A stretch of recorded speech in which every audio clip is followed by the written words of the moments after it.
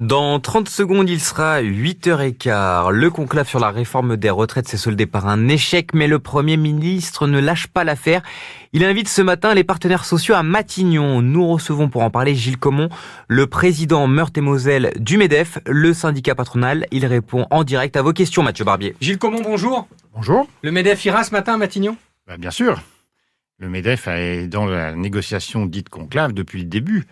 Et on en espérait beaucoup. C'est de report en report, mais c'est pas encore forcément perdu. La CFDT a déjà dit oui, la CPME aussi. François Bayrou, qui a pris la parole très tôt ce matin, à 7h, affirme que vous n'êtes pas passé loin d'un accord, que vous étiez tout près du but, qu'il y a une voie de passage. Avez-vous la même grille de lecture ? Alors oui, on a une grille de lecture qui fait que les positions ne sont pas si différentes. Il y a un accord aujourd'hui pour constater que revenir en arrière à 63, 62, 61, j'en sais rien, est économiquement impossible. Tous les syndicats disent pas ça. Les syndicats ouvriers. Restés, voilà, ceux qui sont partis, FO et la CGT, vous disent totalement l'inverse. Ils n'ont même pas écouté, donc ils sont partis. Donc je pense que c'est pas une position qui est défendable. Donc ça, c'est clairement impossible. Et donc la discussion a lieu sur des améliorations d'une loi. Toute loi peut être améliorée et on participera à son amélioration si on peut le faire. Alors Patrick Martin, votre président national, a affirmé que vous aviez fait des avancées remarquables, je cite, sur les carrières des femmes, sur l'usure et sur les invalidités. Mais ces propositions ont été balayées d'un revers de la main, regrette-t-il. C'est sans doute que les syndicats ne les trouvaient pas très ambitieuses, loin de là. Gilles Comon. Alors souvent, la position des syndicats est assez étrange et c'est plus du théâtre que de la réalité économique.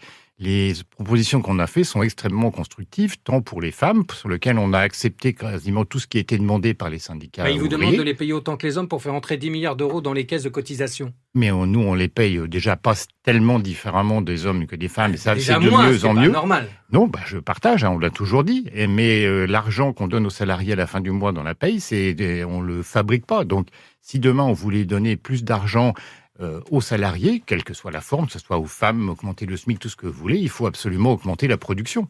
Mais cet argument, Gilles Comon, restons-y, parce qu'on l'entend souvent, notamment dans la bouche de la CGT et de la France Insoumise, et il s'entend, il est de dire, si vous payez davantage les femmes, qu'on arrive au niveau des hommes, les cotisations vont rentrer, ça fera entrer des milliards dans les caisses et ça pourrait compenser les 6 milliards d'euros que le Conseil d'orientation des retraites, pronostique comme déficit dans les années à venir, chaque année. Mais c'est un calcul complètement stupide. Si on donne 6 milliards de plus à cause des cotisations, ça veut dire qu'on a donné au gros 60 milliards de plus en salaire. Vous allez les chercher où, ces 60 milliards ? Les femmes, elles travaillent déjà, les hommes, ils travaillent. Les salaires, c'est juste la division de la valeur ajoutée par le nombre de salariés. Et dire on augmente les salaires, c'est n'importe quoi. On peut augmenter la durée de vie des gens, on peut augmenter, tout ce que vous voulez, la durée des vacances. C'est n'importe quoi. Gilles Comon, lors de la dernière réunion menée donc hier après-midi, les discussions ont notamment achoppé sur la prise en compte de la pénibilité du travail. C'est si dur que ça pour vous, les chefs d'entreprise, de comprendre que pour celles et ceux qui ont un métier pénible, on peut les aider à partir plus tôt et dans de meilleures conditions ? Non, nous y sommes favorables. Ce qui est la discussion, c'est sur les modalités de cette prise en compte.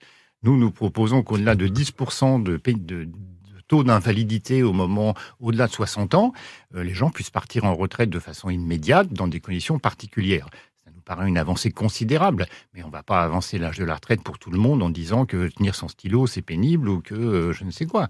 On demande une mesure de la pénibilité médicale. Vous voulez des critères beaucoup plus précis, c'est ça, que les syndicats ? Beaucoup plus contraignants, si j'ose dire ? Pas contraignant, précis, parce que quand on a un critère, on le respecte ou on le respecte pas, au moins c'est clair. Autre point d'achoppement, l'ouverture de droit à un possible départ anticipé à la retraite. Pourquoi y êtes-vous opposé ? Parce que le problème, c'est de gérer cette problématique au niveau de l'organisation des entreprises. Si on commence à autoriser tout et n'importe quoi, on n'y arrivera plus. Et donc, la problématique, c'est pas sur le principe, c'est sur la mise en œuvre à chaque fois qu'on achoppe. Parce que on veut pas refaire des usines à gaz. On a des problèmes de complexité et on parle de simplification. Et là, on rajoute une complexité considérable administrative pour, en somme, pas grand-chose, puisqu'en fait, il n'y a pas tant de gens que ça concernés par ces mesures. Gilles Comon, soyons clairs, le MEDEF n'était pas demandeur pour amender la réforme Borne celle de 2023.